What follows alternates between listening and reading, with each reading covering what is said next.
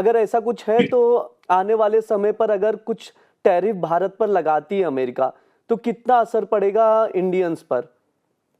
वो 100% इसका I mean already जो ट्रेड वॉर्स नाम हमने दिया है, ये ऑलरेडी हमारे जो रुपी की वैल्यू है उसे फर्दर डिवैल्यू कर रही है against the dollar.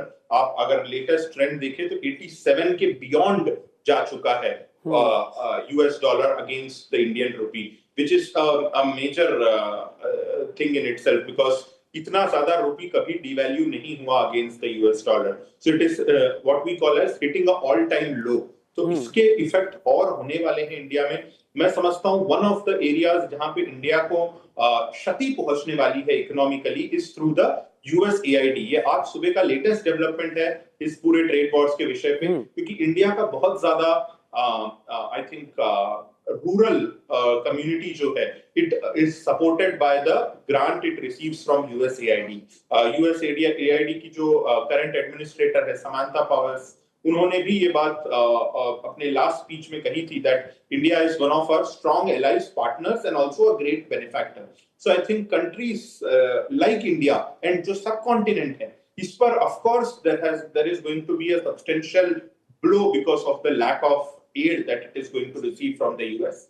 But in the meantime, India as a country, we have always established ourselves in a way that हमें कहीं ना कहीं falling US dollar or falling US market has kind of benefited trade-wise and also helped Indian economy grow by itself.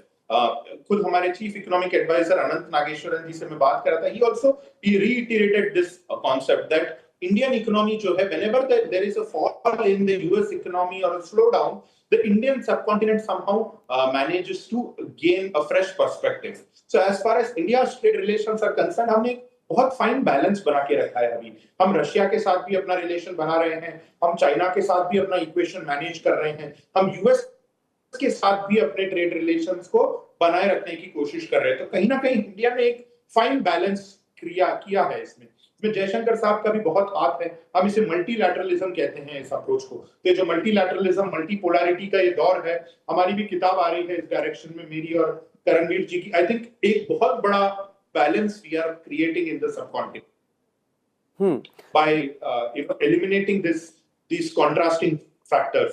So while it will cause a dent in our aid related grant and उसके जो benefactors है, rural communities है, but we still have a stronghold economically because whenever the US market falls down, the Indian market stabilizes itself. जी, जैसा कि मैंने अभी पहले भी आपसे पूछा था कि अगर टैरिफ अमेरिका लगाता है तो इंडिया और यूएस के रिलेशन पर कितना इम्पैक्ट पड़ेगा? क्या अमेरिका को कुछ फर्क नहीं पड़ता इंडिया से अच्छे रिश्ते बनाए रखने में? At this point, I would say नहीं पड़ता because US right now is very focused on itself, at least for the next 1 year. Though our Prime Minister, Honorable Prime Minister Modi ji and US President Trump के रिश्ते इस तरह के हैं कि they complement each other and they are in a nature where both win-win situation बनाने की कोशिश करते हैं। But right now आप देखिए तो political move है ये, it's not an economically well thought of decision. किसी भी कंट्री को टैरिफ्स इस तरह से नहीं करने चाहिए because it will directly impact their economic relation with that country.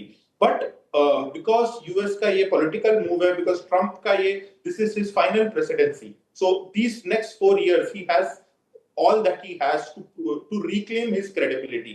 कहीं ना कहीं आप देखिए तो ट्रंप ने भी अपनी credibility lose करी लास्ट प्रेसिडेंशियल इलेक्शंस में। 2021 जनवरी में जो हुआ, जो यूएस कैपिटल में हमले हुए, ये सब रायट्स हुए जिसे हम कहते हैं, ये सब ने कहीं ना कहीं उनकी छवि को बहुत ज्यादा नुकसान पहुंचाया है।